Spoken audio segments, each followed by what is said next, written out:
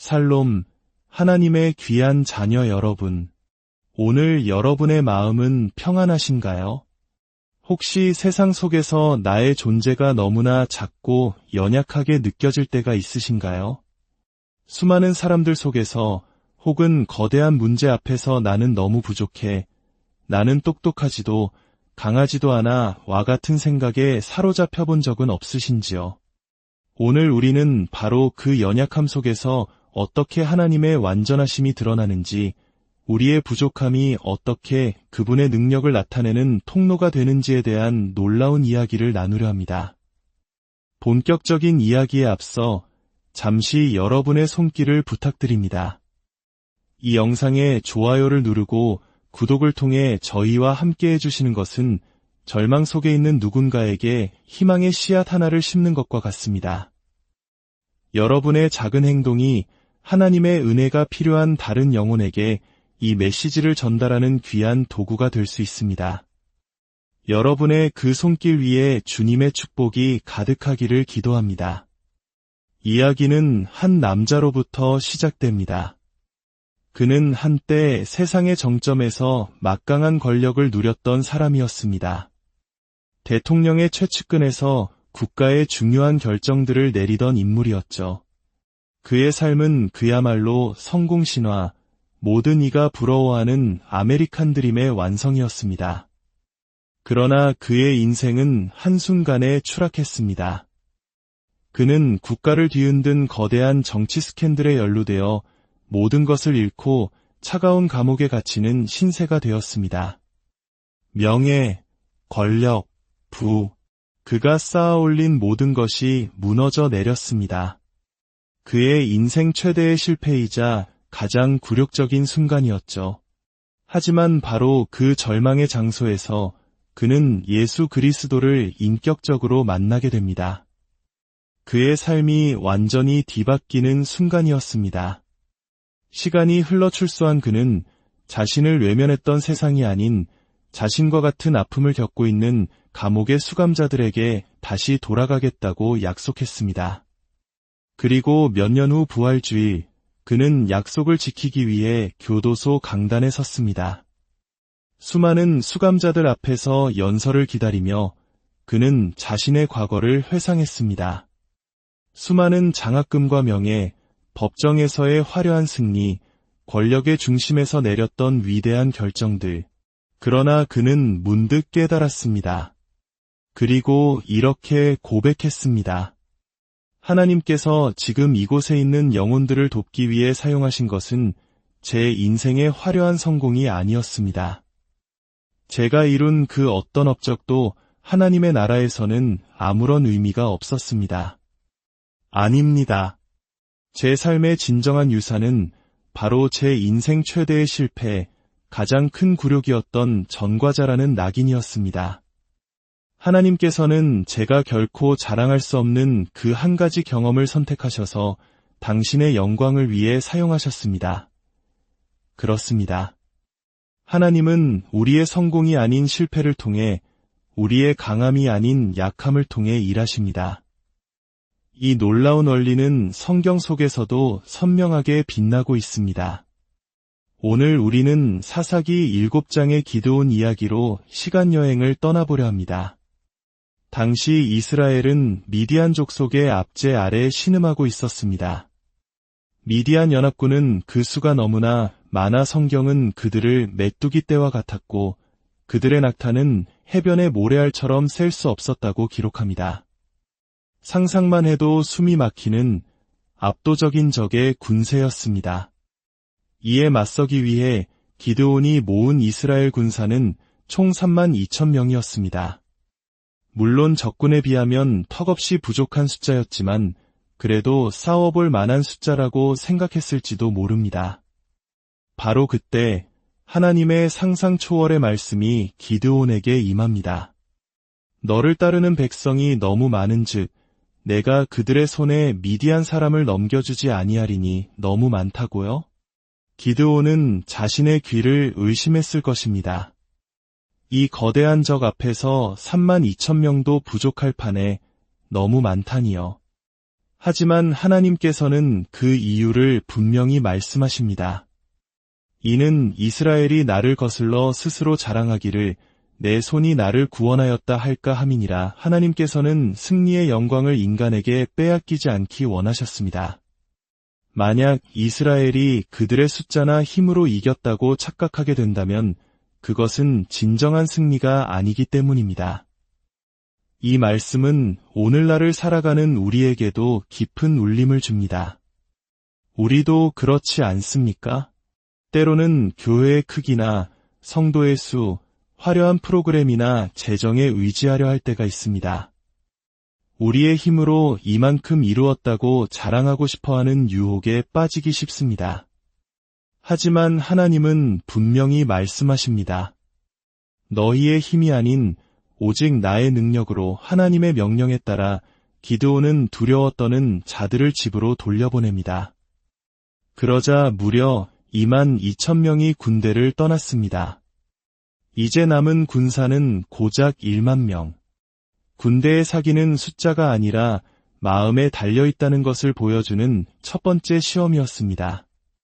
기드온은 이제 1만 명이면 충분하리라 생각했을지도 모릅니다. 하지만 하나님의 생각은 달랐습니다. 백성이 아직도 많으니 하나님께서는 그들을 물가로 데려가 시험하라고 하십니다. 그리고 그곳에서 물을 마시는 방식으로 군사들을 선별하십니다. 여기서 중요한 것은 물 마시는 방식이 누구는 더 용감하고 누구는 비겁하다는 것을 가르는 기준이 아니었다는 점입니다. 많은 설교가들이 이 부분을 해석하려 애쓰지만 본문의 핵심은 그것이 아닙니다. 하나님의 초점은 최고의 정예 용사를 뽑는 것이 아니라 오직 숫자를 줄이는 것, 인간적으로는 도저히 승리할 수 없는 명백하게 불가능한 숫자를 만드는 데 있었습니다. 그렇게 최종적으로 남은 용사는 단 300명이었습니다. 32,000명이 300명으로 줄어들었습니다. 해변의 모래알 같은 적군 앞에서 이제 남은 것은 고작 300명의 군사뿐입니다. 기드온의 마음이 어떠했을까요? 아마 극심한 두려움에 사로잡혔을 것입니다. 그러나 우리의 연약함을 아시는 하나님은 두려워하는 기드온을 그냥 내버려 두지 않으셨습니다. 하나님은 그에게 한없는 은혜를 베푸십니다. 만일 내가 내려가기를 두려워하거든 네부와 브라와 함께 그 진영으로 내려가서 그들이 하는 말을 들으라. 하나님은 기드온의 두려움을 꾸짖지 않으시고 오히려 그의 믿음을 강하게 할 증거를 친히 마련해 주십니다. 기드온은 하나님의 말씀에 순종하여 한밤중에 적진으로 몰래 잠입합니다. 수많은 적군 텐트 사이에서 그가 도착한 곳은 마침 한 병사가 동료에게 자신의 꿈 이야기를 하고 있는 곳이었습니다. 하나님의 섭리는 이토록 정확합니다. 보라, 내가 한 꿈을 꾸었는데 꿈의 보리떡 한 덩어리가 미디안 진영으로 굴러들어와 한 장막에 이르러 그것을 쳐서 무너뜨려 이쪽으로 엎으니 그 장막이 쓰러지더라. 보리떡. 그것은 당시 가난한 이스라엘 백성을 상징하는 음식이었습니다. 볼품없는 보리떡 덩어리가 거대한 장막, 즉 막강한 미디안 군대를 무너뜨리는 꿈. 동료 병사는 그 꿈을 듣자마자 소스라치게 놀라며 외칩니다. 이는 다른 것이 아니라 이스라엘 사람 요아스의 아들 기드온의 칼이라. 하나님이 미디안과 그 모든 진영을 그의 손에 넘겨주셨느니라. 놀랍지 않습니까? 하나님께서는 이방인 병사, 적군의 입을 통해 당신의 계획을 확증해 주십니다. 이 말을 엿들은 기드온의 마음이 어떠했을까요? 성경은 그가 이 놀라운 소식을 듣자마자 어떻게 행동했는지 기록합니다. 그는 이 소식을 자신의 SNS에 올리거나 사람들에게 자랑하지 않았습니다. 그는 가장 먼저 그 자리에 엎드려 하나님께 경배했습니다. 예배했습니다. 하나님, 당신은 이토록 위대하십니다. 당신은 온 세상의 주관자이시며 이방인의 꿈까지도 다스리시는 분이십니다. 저의 연약함을 아시고 이토록 놀라운 방식으로 확신을 주시니 감사합니다. 이것이 바로 믿음의 사람의 반응입니다. 어떤 상황 속에서도 가장 먼저 하나님을 바라보고 그분의 위대하심을 인정하는 것. 두려움 많고 연약했던 기드온은 하나님께 예배한 후에 담대한 지도자로 변화되었습니다.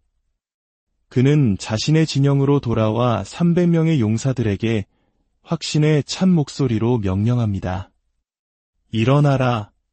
여호와께서 미디안과 그 모든 진영을 너희 손에 넘겨주셨느니라. 그가 내놓은 전략은 인간의 눈으로 보기엔 너무나 어처구니 없는 것이었습니다. 칼과 창이 아닌 나팔과 빈 항아리, 그리고 그 안에 감춘 횃불이 그들의 무기였습니다. 나팔을 불고 항아리를 깨뜨리고 횃불을 들고 외치는 것. 이것이 전투 계획의 전부였습니다. 세상은 교회를 보며 이와 같이 생각할지 모릅니다. 저들은 그저 나팔이나 불고 이상한 소리나 외치는 한심한 무리일 뿐이야. 하지만 세상은 모릅니다. 우리의 총사령관이 누구신지, 우리가 의지하는 힘이 어디로부터 오는지 말입니다. 우리의 싸움의 무기는 세상의 것과 다릅니다. 그것은 기도와 하나님의 말씀입니다. 세상이 보기엔 어리석어 보일지라도 모든 견고한 진을 무너뜨리는 하나님의 능력입니다. 결과는 어떻게 되었을까요? 한밤중 300명의 용사가 사방에서 나팔을 불며 항아리를 깨뜨리자 그 소리와 불빛에 놀란 미디안 군인들은 거대한 군대가 쳐들어온 줄 알고 혼란에 빠졌습니다. 그리고 어둠 속에서 서로가 서로를 칼로 치기 시작했습니다. 이스라엘의 300용사가 한 것은 그저 서서 하나님의 승리를 지켜보는 것뿐이었습니다. 승리는 전적으로 하나님께 속한 것이었습니다.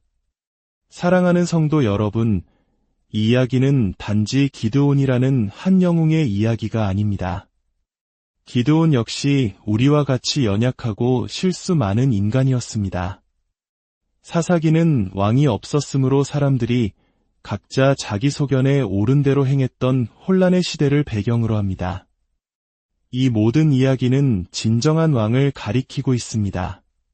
세상의 왕들처럼 화려한 모습으로 오지 않으시고 나귀를 타고 겸손히 입성하신 왕, 금 면류관이 아닌 가시 면류관을 쓰신 왕, 세상의 눈에는 가장 연약하고 무력하게 십자가에서 죽으신 것처럼 보였지만 그 죽음을 통해 죄와 사망의 권세를 깨뜨리시고 인류에게 영원한 승리를 주신 왕, 바로 우리 주 예수 그리스도이십니다.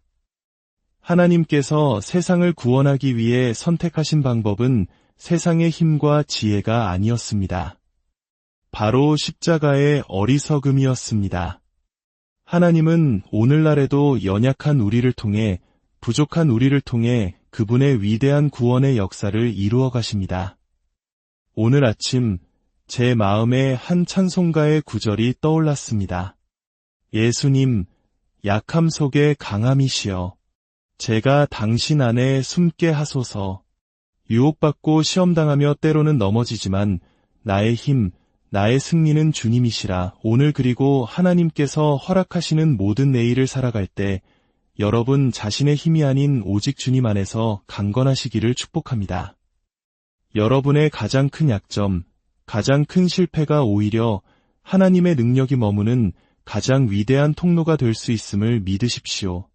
주님께서 당신의 강한 팔로 여러분 한 분 한 분을 붙드시고 세상이 감당할 수 없는 평안과 승리를 허락하시기를 간절히 기도합니다. 오늘도 함께 해주셔서 감사합니다. 주님 안에서